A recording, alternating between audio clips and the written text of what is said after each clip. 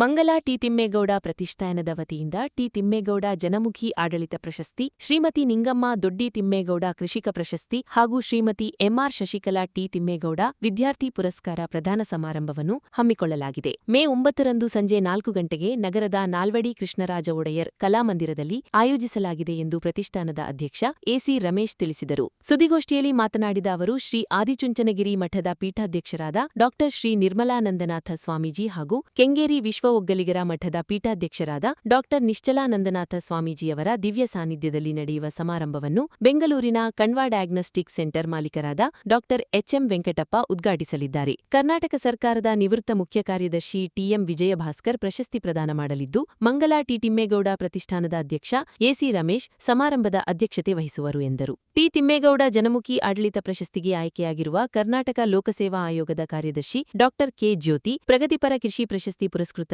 ದೇವರಹಳ್ಳಿಯ ಸುವರ್ಣ SB ಅವರಿಗೆ ತಲಾ 25,000 ನಗದು ಪ್ರಶಸ್ತಿ ಫಲಕದೊಂದಿಗೆ ಪ್ರಶಸ್ತಿ ಪ್ರದಾನ ಮಾಡಲಾಗುವುದು. ಯುಪಿಎಸ್ಸಿ ಪರೀಕ್ಷೆಯಲ್ಲಿ ಆಯ್ಕೆಯಾದ ನಾಗಮಂಗಲದ ಕರಡಹಳ್ಳಿಯ ಧನಂಜಯ ರಾಮಚಂದ್ರು, ಕೆಆರ್ಪೇಟೆ ಅಂಬಿಗಲಹಳ್ಳಿಯ ಮುತ್ತೇಶ್ ಗೌಡ ಎಎಸ್ ಅವರನ್ನು ಜಿಲ್ಲಾಧಿಕಾರಿ ಡಾ ಕುಮಾರ್ ಸನ್ಮಾನಿಸುವರು ಎಂದು ಹೇಳಿದರು. ಪ್ರತಿ ವರ್ಷದಂತೆ ನಮ್ಮ ಮಂಗಲ ಟಿ ತಿಮ್ಮೇಗೌಡ ಪ್ರತಿಷ್ಠಾನದಿಂದ ನಾವು ಈ ವರ್ಷವೂ ಕೂಡ ಜನಮುಖಿ ಆಡಳಿತ ಪ್ರಶಸ್ತಿ ಹಾಗೂ ಕೃಷಿಕ ಪ್ರಶಸ್ತಿಯನ್ನು ಪ್ರದಾನ ಮಾಡಬೇಕು ಅಂತಕ್ಕಂಥ ಒಂದು ಕಾರ್ಯಕ್ರಮವನ್ನು ನಾವು ಇದೇ ಶನಿವಾರ 9ನೇ ತಾರೀಕು ಸಂಜೆ 4 ಗಂಟೆಗೆ ಕಲಾಮಂದಿರದಲ್ಲಿ ಹಮ್ಮಿಕೊಂಡಿದ್ದೇವೆ. ಮಂಗಲ ಟಿ ತಿಮ್ಮೇಗೌಡರು ಬಹುಶಃ ನಿಮಗೆಲ್ಲ ಗೊತ್ತಿರೋ ಹಾಗೆ ಮಂಡ್ಯ ತಾಲೂಕಿನ ಮಂಗಲ ಗ್ರಾಮದಲ್ಲಿ ಜನಿಸಿ ಅವರು ವಿದ್ಯಾಭ್ಯಾಸವನ್ನು ಮಂಡ್ಯದಲ್ಲೇ ಮಾಡಿ 1974ರಲ್ಲಿ ಅಸಿಸ್ಟೆಂಟ್ ಕಮಿಷನರ್ ಆಗಿ, ಅಪರ ಜಿಲ್ಲಾಧಿಕಾರಿಗಳಾಗಿ, ವಿಭಾಗಾಧಿಕಾರಿಗಳಾಗಿ ಹಾಗೂ ಸಾರಿಗೆ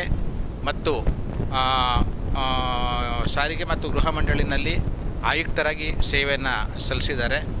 ಆನಂತರ ನೀತಿ ನಿರೂಪಣೆ ಮಾಡುವ ಸರ್ಕಾರದ ಕಾರ್ಯದರ್ಶಿಯಾಗಿ ಹಾಗೂ ಕಾವೇರಿ ನೀರಾವರಿ ನಿಗಮದ ಪ್ರಪ್ರಥಮ ವ್ಯವಸ್ಥಾಪಕ ನಿರ್ದೇಶಕರಾಗಿ ಕೂಡ ಅವರು ಸೇವೆಯನ್ನು ಸಲ್ಲಿಸಿದ್ದಾರೆ.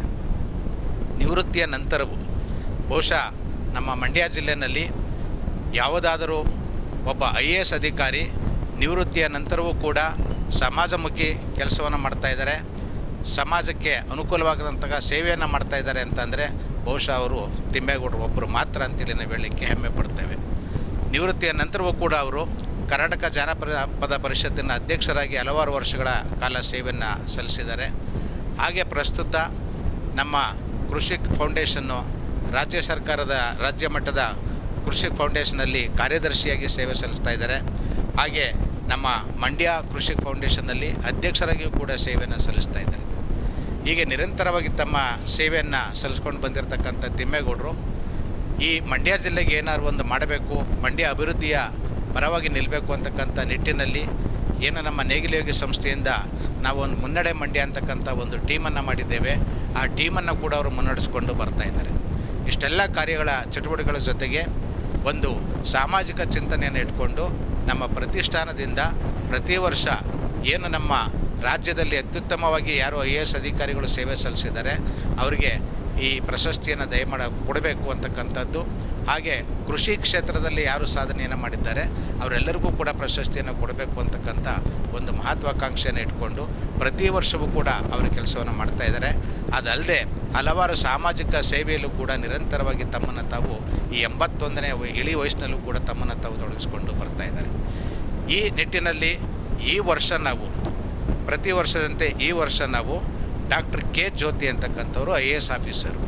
ಅವರು ಪ್ರಸ್ತುತ ಕರ್ನಾಟಕ ಲೋಕಸೇವಾ ಆಯೋಗದ ಕಾರ್ಯದರ್ಶಿಯಾಗಿ ಅವರು ಸೇವೆಯನ್ನು ಸಲ್ಲಿಸ್ತಾ ಇದ್ದಾರೆ.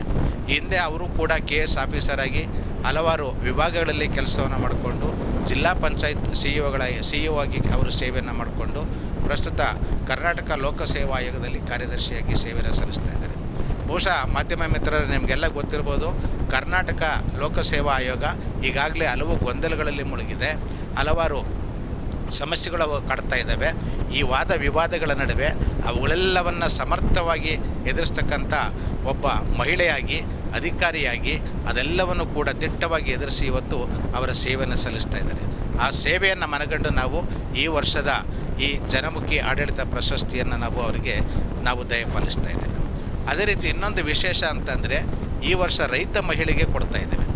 ಈ ವರ್ಷದಲ್ಲಿ ನಾವು 2 ಮಹಿಳೆಯರಿಗೆ ನಾವು ಈ ಪ್ರಶಸ್ತಿಯನ್ನು ಪ್ರದಾನ ಮಾಡ್ತಾ ಇದ್ದೇವೆ. ಒಬ್ಬ ರೈತ ಮಹಿಳೆ, ಅವರು ಶ್ರೀಮತಿ ಸುವರ್ಣ ಅಂತೇಳಿ ದೇವರಳ್ಳಿ KM ದೊಡ್ಡಿ ಪಕ್ಕ, ಅವರು ಅವರ ಮನೆ ಸುತ್ತ 2.5 ಎಕರೆ ಜಮೀನನ್ನು ಮಾಡ್ಕೊಂಡಿದ್ದಾರೆ. ಅವರ ಪತಿಗೆ ಬಂದಿರೋ ಗೋಷ್ಠಿಯಲ್ಲಿ ಟ್ರಸ್ಟ್ನ ಕಾರ್ಯದರ್ಶಿ ಕೀಲಾರ ಕೃಷ್ಣೇಗೌಡ, ಜಂಟಿ ಕಾರ್ಯದರ್ಶಿ HR ಕನ್ನಿಕಾ, ಖಜಾಂಚಿ ಶಂಕರೇಗೌಡ, ಟ್ರಸ್ಟಿ DS ದೇವರಾಜು ಇದ್ದರು.